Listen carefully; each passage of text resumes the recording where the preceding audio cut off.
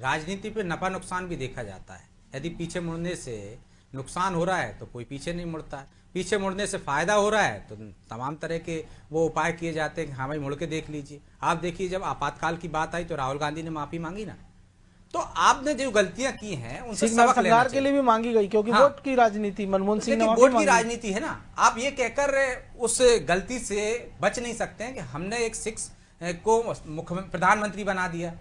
तो आपने जो गलती की है वो तो गलती है, उसका पश्चाताप आपको करना ही पड़ेगा।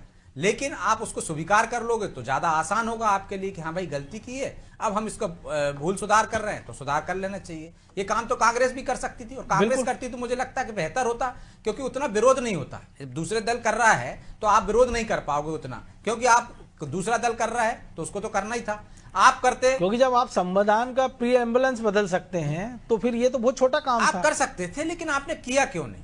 क्योंकि आप करना नहीं चाहते थे, आपको डर था, आपको लगता था कि एक जो आपका फिक्स वोट बैंक है वो कहीं खिसक ना जाए। नहीं तो आपको कहने की क्या जरूरत है? देश के प्रधानमंत्री को कहने की जरूरत है क्या कि भाई सरकारी संसाधनों पर पहला हक अल्पसंख्यकों का होना चाहिए? ये किस देश के प्रधानमंत्री को कहना चाहिए? भाई कानून सबके लिए बराबर है ना, तो सबका हक होना चाहिए, देश के संसाधनों पर सबका हक होना चाहिए। दिक्कत यही ना, हम अनुच्छेद 19 की बात करते हैं कि जो समानता का अधिकार देता है, लेकिन जब इस तरह की बात आती है तो फिर हम दूसरी तरह की बात करने लग जाते हैं। लेकिन आपको सबको साथ लेकर चलना है। कोई सरकार इस आधार पर कर सकती है किसी जाति, किसी धर्म, उसी वर्ग को कि उस आधार पर उसको मकान दिया जाएगा, उस आधार पर उसको राशन दिया जाएगा, तो ये नहीं होना चाहिए ना। सरकार का काम है सबको देखे, जैसे परिवार का मुखिया होता है, परिवार में सबको बराबर रूप से देखेगा। यदि वो भेदभाव करने लगा तो फिर मुखिया का क्या काम? राजा यदि भेदभाव करने लगा समाज के आधार पर, हम यदि राजतंत्र में चले जाते हैं मनोज जी, तो यदि वो राजा यदि भेदभाव करने लगता तो मतलब समाज का क्या होता?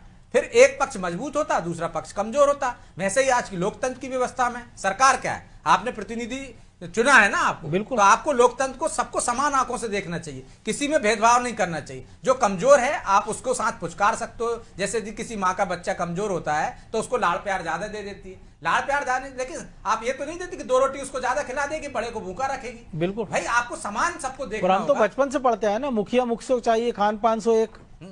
तो आप ये सरकारें क्या वोट बैंक के चक्कर में या राजनीतिक दल वोट बैंक के चक्कर में जो भेदभाव करते हैं वो समाज में आगे जाके बड़ा ले लेता है और वो इस तरह से समाज में विघटन डालता है। इसके लिए जिम्मेदार समाज नहीं है, इसके लिए जिम्मेदार नेता है। वो नेता जो वोट के लिए इस तरह का विघटन डालते हैं। मैंने आपसे पहले भी कहा ना, वही नेता जब मंदिर में जाते हैं तो मत्था टेकते हैं, तिलक लगवाते हैं, तब उनको धर्म को संकट नहीं होता है, वो आरती भी गाते हैं। चाहे हिंदू नेता मस्जिद में जाता है, टोपी लगाता है और दरगाह में जाते हैं, हमने देखा, दरगाह में जाता है, रोजा इफ्तारी कराता है, तब उसके धर्म को कोई संकट नहीं होता।